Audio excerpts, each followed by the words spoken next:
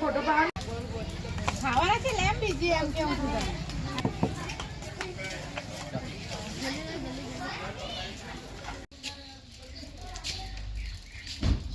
આજે અમારી શાળામાં આનંદ મેળો એટલે કે બાળકોને ઉત્સાહ અને ઉમંગ સાથે આનંદ મેળાનું આયોજન કરવામાં આવ્યું.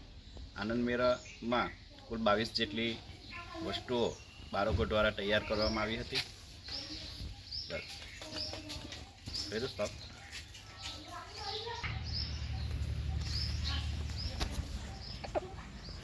Naraila kalau soal